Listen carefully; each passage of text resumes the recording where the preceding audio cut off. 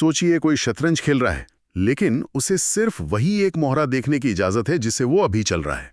अरे बाप रे, ये तो हारने का पक्का नुस्खा है। बिल्कुल। और बोर्ड के बाकी हिस्से से उसे कोई मतलब ही नहीं है। सामने वाला खिलाड़ी क्या चाल चलेगा इसका तो अंदाजा ही छोड़ दीजिए। बिना आगे की सोचे खेलना। सही कहा। लेकिन डॉक्टर रामचरण के एक बहुत ही दिलचस्प लेख के अनुसार आज की कॉर्पोरेट दुनिया से लेकर सरकारों तक ज्यादातर मैनेजर ठीक इसी तरह काम कर रहे हैं। वो बस आज में जी रहे हैं। एकदम। तो आज के इस गहन विश्लेषण में हम कुछ बहुत ही अलग अलग लगने वाले स्रोतों की पड़ताल करने वाले हैं। इसमें अंतर्राष्ट्रीय कूटनीति है, स्मार्टफोन की कीमतों का बढ़ता संकट है और न्यायपालिका से लेकर समान नागरिक संहिता तक के मुद्दे हैं। मतलब सुनने वालों को लग सकता है कि इन सब में आपस में क्या कनेक्शन हो सकता है। हाँ, बिल्कुल लगेगा।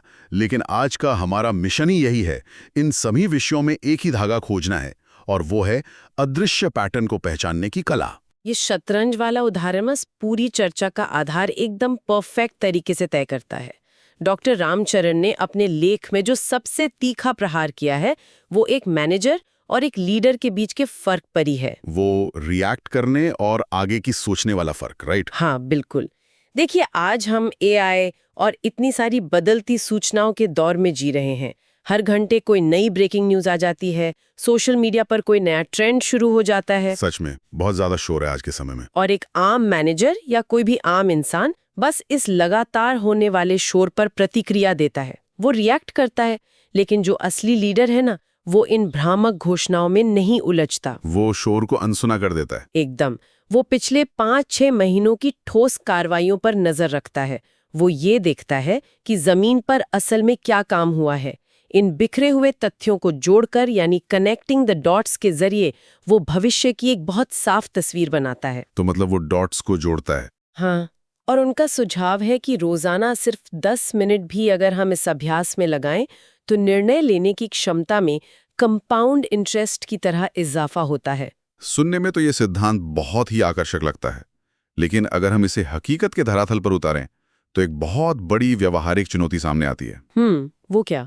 मतलब भावनाओं, ब्रेकिंग न्यूज और हर पल बजने वाले फोन नोटिफिकेशंस के इस युग में कोई इंसान खुद को सिर्फ ठोस कार्रवाइयों पर फोकस करने के लिए अनुशासित कैसे रख सकता है? ऐसा लगता है जैसे हम सबको बस रिएक्ट करने की लत लग चुकी है। हाँ, ये लत तो है। और इसे तोड़ने का तरीका ये है कि हम अपना ध्यान शब्दों या बयानों से हटाकर पैटर्न पर ले जाएं। पैटर्न पर? हाँ, जब हम कुछ होता हुआ देखते हैं तो ये पूछना छोड़ दें कि किसने क्या कहा। इसके बजाय ये पूछें कि पहले क्या हुआ था, फिर इसके बाद क्या हुआ, और इन दोनों के बीच का पैटर्न क्या है। अच्छा, शब्दों के पीछे का मैकेनिज्म समझना है। बिल्कुल। और दिलचस्प बात यह है कि यही पूर्वानुमान लगाने का तरीका अंतर्राष्ट्रीय कूटनीति में सबसे बड़ी कसौटी साबित होता है। कूटनीति में? वो कैसे? अगर हम अमेरिका और ईरान के बीच चल रही पीस टॉक्स को इसी पैटर्न के नजरिए से देखें ना, तो हमें कूटनीति की असली तस्वीर दिखाई देने लगती है। तो चलिए फिर इस वैश्विक बिसात को समझते हैं। ऐतिहासिक रूप से शांति वार्ताओं की सफलता के 3 बुनियादी नियम माने जाते हैं। पहला तो ये कि क्या दोनों पक्ष लड़ते लड़ते पूरी तरह थक चुके हैं? हाँ, ये तो सबसे जरूरी शर्त होती है। दूसरा ये कि क्या समझौते की भाषा इतनी गोलमोल रखी जा सकती है कि दोनों पक्ष अपने अपने देश लौटकर जनता के सामने अपनी जीत का दावा कर सकें? और तीसरा नियम, क्या बीच बचाव करने वाला कोई मजबूत मध्यस्थ मौजूद है? लेकिन हमारे जो स्रोत हैं वो बताते हैं कि अब इस समीकरण में एक चौथा और बहुत ही अस्थिर फैक्टर जुड़ गया है। वो अप्रत्याशित आचरण वाला फैक्टर। हाँ बिल्कुल। और ये चौथा फैक्टर पूरी शांति प्रक्रिया को एक पहेली बना देता है। अमेरिका की बात करें तो वहां की लीडरशिप का उद्देश्य ईरान को झुकाकर अपनी घरेलू राजनीति में ताकत दिखाना है। मतलब वो अमेरिका को फिर से महान बनाने वाले नैरेटिव को और मजबूत करना चाहते हैं। एकदम सही। और दूसरी तरफ ईरान का पैटर्न एकदम अलग है। वहां का राजनीतिक ढांचा सांस्कृतिक स्वाभिमान को सबसे ऊपर रखता है। वो किसी भी कीमत पर ये मैसेज नहीं देना चाहते कि उन्होंने वेस्टर्न प्रेशर के आगे घुटने टेक दिए हैं। तो फिर इन डॉट्स को जोड़कर क्या रास्ता निकलता है? रास्ता केवल तभी बन सकता है जब अमेरिका होर्मुज जलडमरू मध्य पर ईरान का रणनीतिक दावा मान ले और बदले में ईरान परमाणु हथियार न बनाने की कोई ठोस गारंटी दे दे। पर मुझे यहाँ एक बहुत बड़ा संदेह है। क्या?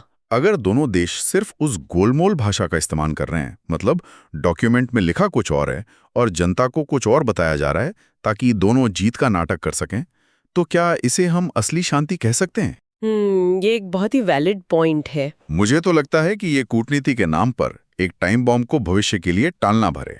ये एक बहुत कड़वी सच्चाई है। अंतर्राष्ट्रीय कूटनीति में समाधान से ज्यादा जोर समस्या को मैनेज करने पर होता है। गोलमोल भाषा अक्सर असल मुद्दों को बस कालीन के नीचे छिपाने का काम करती है। तो ये शांति नहीं, बस एक युद्ध विराम है। बिल्कुल। और यही कूटनीतिक मैनेजमेंट हमें अपने पड़ोस में भी देखना होगा, यानी भारत और बांग्लादेश के रिश्तों में। हाँ, वहाँ तो राजनीतिक समीकरण पूरी तरह बदल चुके हैं। एकदम।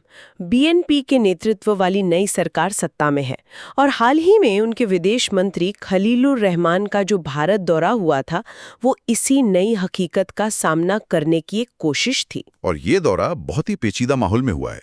एक तरफ पूर्व प्रधानमंत्री शेख हसीना इस वक्त भारत में है और नई बांग्लादेशी सरकार उनके प्रत्यर्पण की मांग कर रही है। हाँ, वो एक बड़ा मुद्दा है। और दूसरी तरफ भारत के कुछ राज्यों में चुनाव के दौरान सीमा पार से होने वाली घुसपैठ को बड़ा राजनीतिक मुद्दा बनाया जा रहा है। इतने शोर के बीच वो लीडरशिप वाला पैटर्न कैसे काम करेगा? यहीं पर तो असली नेतृत्व की परीक्षा होती है। भारत को उस मैनेजर वाली सोच से बाहर आना होगा जो सिर्फ आज के बयानों पर रिएक्ट करती है, जो सिर्फ आज का मोहरा देखती है। बिल्कुल। अतीत में भारत से एक बड़ी रणनीतिक चूक ये हुई थी कि जब बीएनपी विपक्ष में थी तो उनसे उतना संपर्क नहीं रखा गया। अब इस गलती को सुधारते हुए राजनीतिक तनाव और चुनाव के शोर के पार देखना होगा। मतलब बयानबाजी को इग्नोर करना होगा। हाँ, क्योंकि कूटनीतिक कामयाबी ये नहीं है कि हम प्रत्यर्पण या घुसपैठ के बयानों पर कैसे पलटवार करते हैं। असली कामयाबी ये है कि व्यापार, ऊर्जा नीति और कनेक्टिविटी का ऐसा मजबूत जाल बुना जाए कि वो इस राजनीतिक शोर से टूटे ही ना। और शायद ये धारणा भी तोड़नी होगी कि बांग्लादेश को बस चीन के खिलाफ एक मोहरा या पाकिस्तान के प्रभाव वाला क्षेत्र माना जाए। एकदम सही। एक स्वतंत्र पड़ोसी के रूप में सम्मान देना ही लंबी अवधि की स्थिरता ला सकता है। यानी विदेश नीति में कनेक्टिंग द डॉट्स का मतलब है आर्थिक ढांचे को इतना गूंथ देना कि राजनीतिक झटके उसे हिला ना सकें। बिल्कुल। लेकिन क्या होता है जब यही पूर्वानुमान लगाने की क्षमता हमारी घरेलू नीतियों में फेल हो जाती है? मतलब जब सरकारें अलग अलग नीतियां तो बनाती हैं पर उनके आपस में टकराने का अंदाजा नहीं लगा पाती। इसका सीधा असर आम इंसान की जेब पर पड़ता है। बिल्कुल।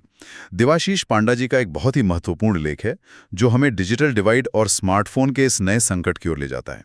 एक तरफ हमारे पास जनधन, आधार और मोबाइल ट्रिनिटी की शानदार सफलता है और दूसरी तरफ जमीनी हकीकत एकदम उल्टी दिशा में जा रही है। 2025 की चौथी तिमाही के जो आंकड़े आए हैं उनके मुताबिक स्मार्टफोन शिपमेंट में 7% की बड़ी गिरावट आई है। 7%? ये तो काफी बड़ा नंबर है, बहुत बड़ा है। और ये कोई आम उतार चढ़ाव नहीं है।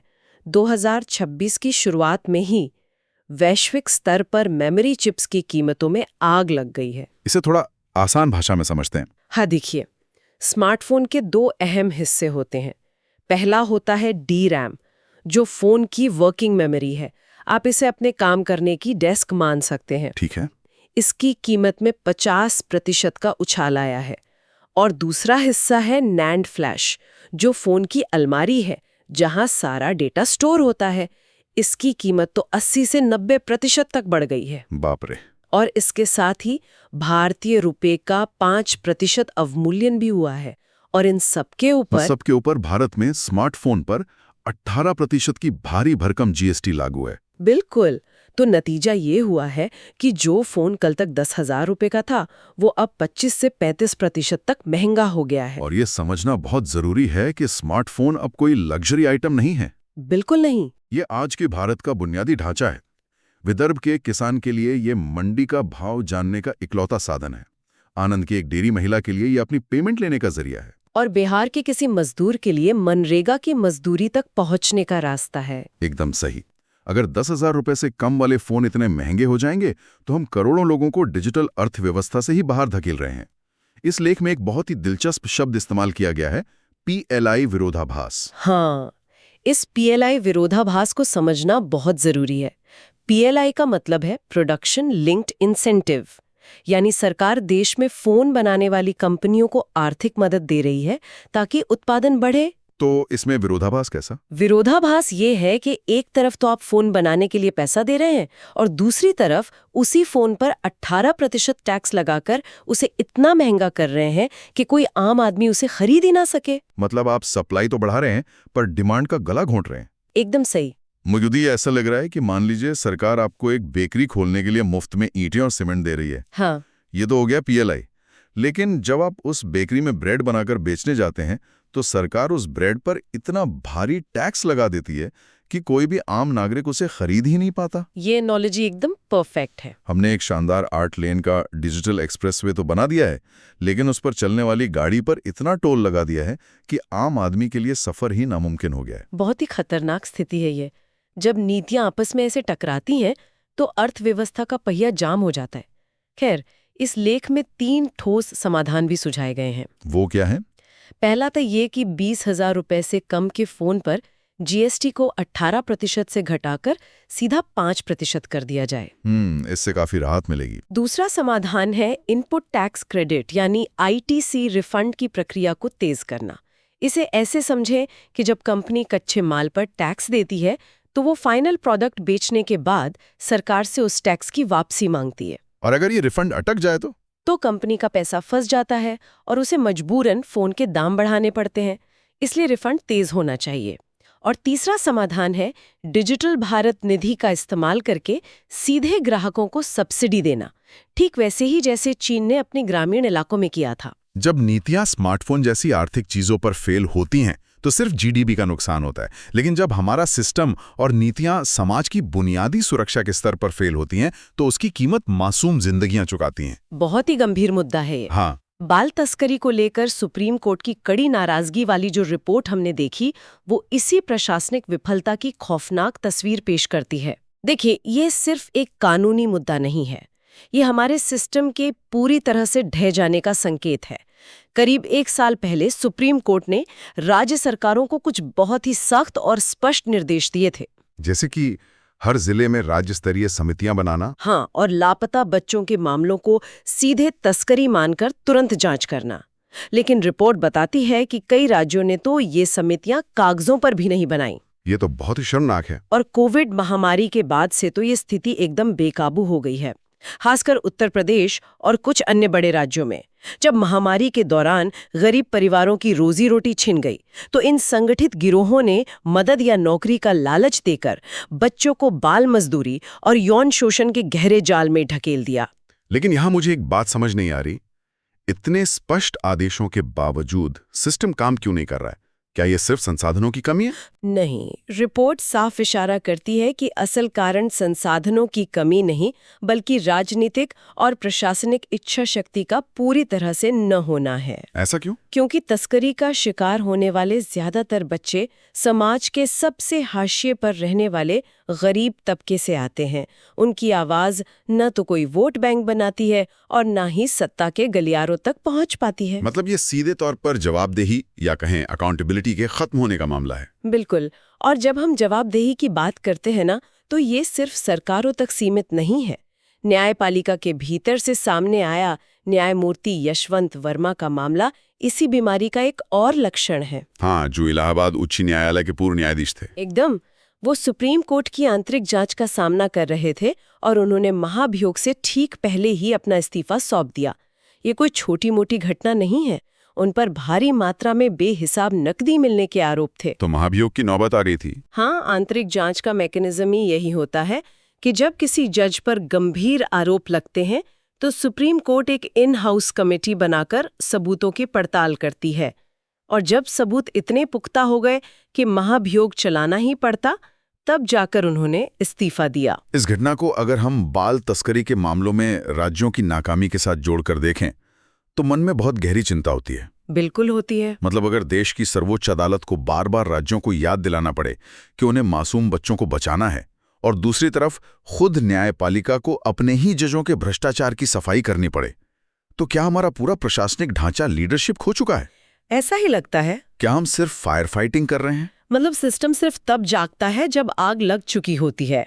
इन दोनों मामलों को देखकर ना बाबा साहब अम्बेडकर का वो ऐतिहासिक बयान एकदम याद आ जाता है। उन्होंने कहा था कि संविधान चाहे कितना भी अच्छा क्यों ना हो, अगर उसे लागू करने वाले लोग बुरे हैं तो वो बुराई साबित होगा। बहुत ही गहरी बात है। एक सिस्टम तभी काम करता है जब उसमें बैठे लोग आने वाली समस्याओं का पूर्वानुमान लगाएं और उनके प्रति ईमानदार रहें। जब नीतियां समाज के ताने बाने को समझे बिना बनाई जाती हैं तो वो सिर्फ आग बुझाने का काम करती हैं, समस्या को जड़ से खत्म नहीं करती। और समाज के इसी ताने बाने को समझने की चुनौती हमें समान नागरिक संहिता यानी यूसीसी पर चल रही बहस के केंद्र में ले जाती है। बिल्कुल, ये एक ऐसा विषय है जो देश की हर एक कड़ी को प्रभावित करता है। सांसद इमरान प्रतापगढ़ी का जो लेख है वो इस पूरी बहस को एक अलग नजरिए से देखता है।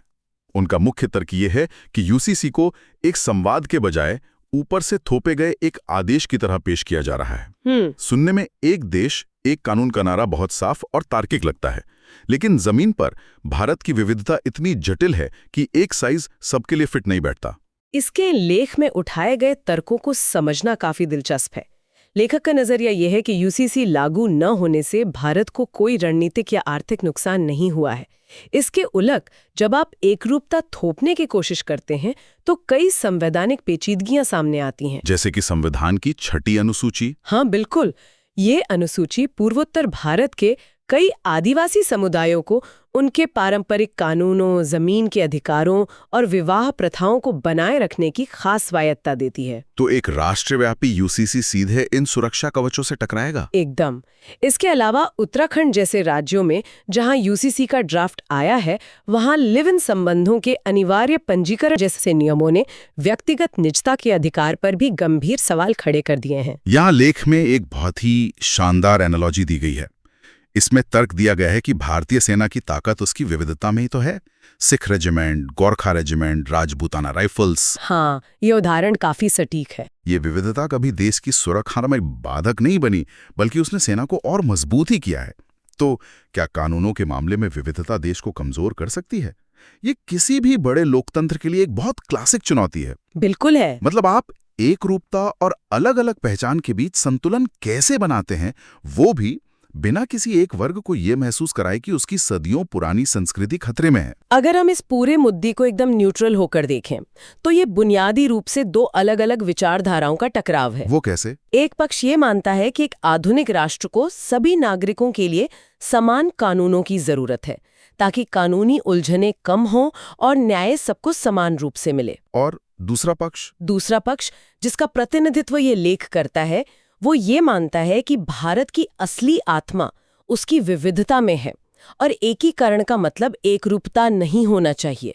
कानून हमेशा बातचीत से बनने चाहिए, बहुसंख्यकवादी डर से नहीं। तो नीति निर्माताओं भी ये असली कनेक्टिंग द डॉट्स यही है कि सामाजिक ढांचे को तोड़े बिना सुधार कैसे लाए जाएं। एकदम सही बात है। आज की इस पूरी पड़ताल ने एक बात तो बिल्कुल स्पष्ट कर दी है, चाहे वो एक कंपनी का मैनेजर हो जिसे लीडर बनना है, चाहे वो अमेरिका ईरान के बीच की शांति वार्ता हो, भारत बांग्लादेश की उलझी भी कूटनीति हो, या फिर स्मार्टफोन पर लगने वाले टैक्स हो, या फिर बाल तस्करी और न्यायपालिका में जवाबदेही की कमी हो। बिल्कुल, इन सभी समस्याओं का मूल कारण एक ही है, तथ्यों को गहराई से न समझ पाना और भविष्य के प्रभावों का पूर्वानुमान लगाने में विफल रहना। और यही आज की सबसे बड़ी सीख है। सूचनाओं के इस भारी शोर में हमारी असली ताकत सिर्फ खबरें पढ़ना या उन्हें फॉरवर्ड करना नहीं है। हमारी ताकत ये समझने में है कि किसी नीति का समाज के आखिरी व्यक्ति पर क्या असर होगा। तभी हम सिर्फ प्रतिक्रिया देने वाले दर्शकों से ऊपर उठ पाएंगे। बिल्कुल, और एक जागरूक नागरिक बन पाएंगे जो सही सवाल पूछता है। एकदम सही।